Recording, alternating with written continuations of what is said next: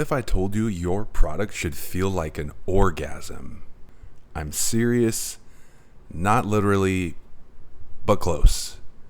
That moment of satisfaction, that kind that pulls you back in before you realize what's even happening. Like hitting the next episode on Netflix, except now Netflix just does it for you. You don't choose the loop chooses you. That's dopamine. And it's what the best digital products are built to exploit quietly, elegantly, endlessly. They're not just functional, they are pleasure loops wearing usability as a disguise. And in this video, we're going to dive into that dopamine design, a neuroscience-backed approach to making your products feel so good to use that people don't just use it, they crave it. This all started when I was spelunking on the internet. It all started with this something weird, dopamine decor.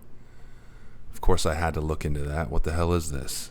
It's a design trend where people fill their homes with bold colors, nostalgic objects, and quirky patterns, all crafted to spark joy.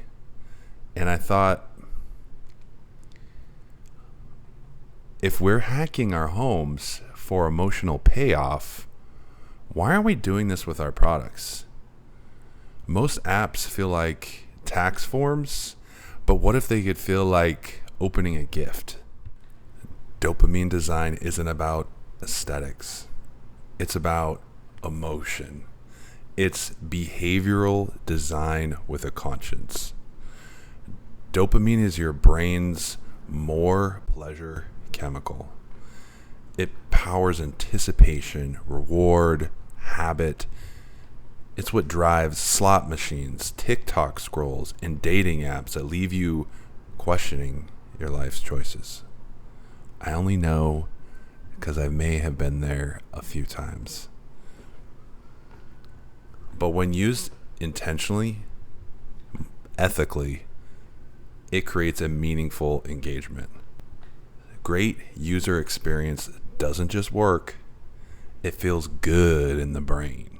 So now that we have a general grasp of what the hell I'm talking about here, here's a little dopamine design playbook for y'all. Let's break down how to do it without selling your soul too much. 1. Bold color equals instant emotion. Grayscale is for NDAs, saturated colors, reds, purples, electric blues. They wake up the brain. Instagram's gradient logo, pure visual sugar. 2, surprise equals micro rewards. Tiny animations, confetti bursts, satisfying sounds. These aren't just gimmicks. They're your product saying, nice job, here's a cookie. And moving on to the next. Nostalgia. It equals emotional loyalty. Sound effects, pixel fonts, 90s palettes. Nostalgia triggers dopamine and oxytocin. That's reward and trust. It's why people cry over Tamagotchi revivals.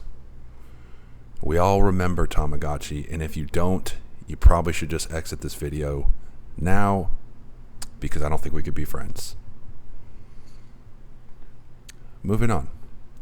Layered sensory cues. Great products don't just look good, guys. They feel good. Haptics, swiping sounds, animations that glide instead of jerk. It's the sensory version of a chef's kiss. And lastly, it's that Goldilocks zone. Too little equals boring. Too much equals chaos. So it's your job to hit that sweet spot where delight meets clarity. All right. Here's some examples. Let's talk about what real brands that already do this and get the concept right. You may have seen this at Target. Who knows? But Goodles? I don't know. But they turned mac and cheese into a neon, nostalgic, joyful box of hell yes. And this next one, Sam and Fly by Jing. Their website just feels like dopamine. They're bright, chaotic, but intentional. And really, I love their products. I'm always using their chili oil at home. Why would I not? It doesn't just taste good. It looks good. And not just it's on their packaging, it's on their website, and it translates across all platforms. These aren't just products, guys. They are curated moments. That's what dopamine design creates.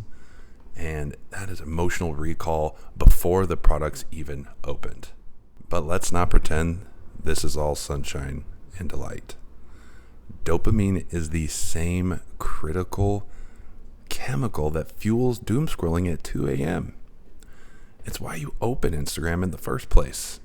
And then you wake up 45 minutes later wondering where you are, who you are. But you're deep in this comment thread about flat earthers. It's powerful stuff. I don't encourage dark magic here. That's Slytherin shit, guys. So here's a line. Are you enhancing real value or hiding a mediocre experience behind glitter and fireworks? If it's the first, you're designing like Apple. If it's the second, you're designing a habit trap with pretty UI. Let's not be slot machine designers. Save the slot machines for Circus in Vegas. Cheap, creepy, and crusty. So here's how we can do this ethically. Here's your gut check before you build. Start with substance. If the product doesn't work, no amount of dopamine can save it. This is why I preach UX and thinking like a product designer. Second, let's prioritize the long-term satisfaction, guys. Short-term spikes, easy. Long-term joy, that's design leadership. That is what brings in the cash and keeps things sticky in the long term. Next is monitor your engagement like a grown-up. If your metrics look like addiction and not value, it's time to rethink. Remember what I said about it being Slytherin shit? I don't want you falling in that trap, guys. It's not too late. And lastly, give users control. Fireworks, glamour, it's all great, but let users opt out of the circus. Do not trap them in that circus experience like I explained earlier. Users need to feel like they are in control, and we don't practice dark magic here. So here's a little dopamine challenge for you. This week, pick one. Audit one user flow. Where are users smiling? Where are they silently suffering? The next, add one delightful moment, a sound, an animation, or interaction that feels good. Next, run one bold visual experiment, a new color, a weird layout. Test something that makes you slightly uncomfortable, but still fits within your brand. We're not trying to break the experience. We're trying to lift it and make it stand out just enough to hit the dopamine. And lastly, plant one Easter egg. I double dog dare you. Hidden delight builds user loyalty, and that is product intimacy at scale. And there's one bonus here for you all, you guys. I really want to see it. I want to see you post your results on LinkedIn and tag me.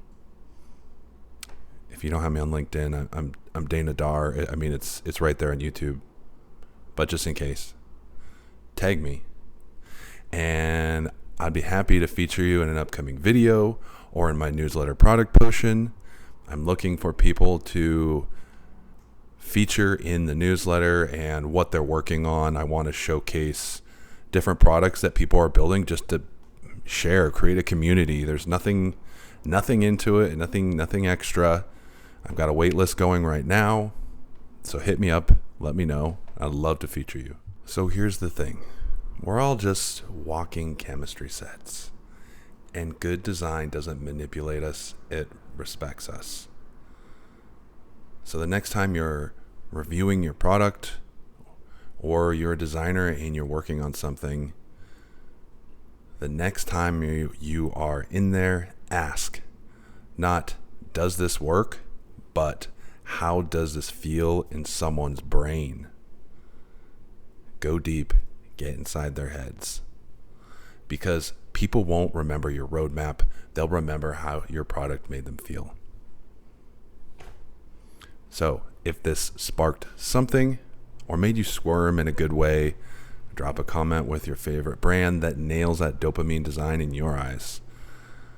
And if you want more of this spicy product psychology, ethical UX trickery, and unfiltered metaphors, check out Product Potion, my bite-sized newsletter. Hits your inbox every Friday. It takes 5 minutes to read, and it won't melt your brain. I'll have the link below in the description. There's no tricks in it. And hey, you made it this far. I'm proud of you. You clearly love my monotone baldness, and I appreciate you.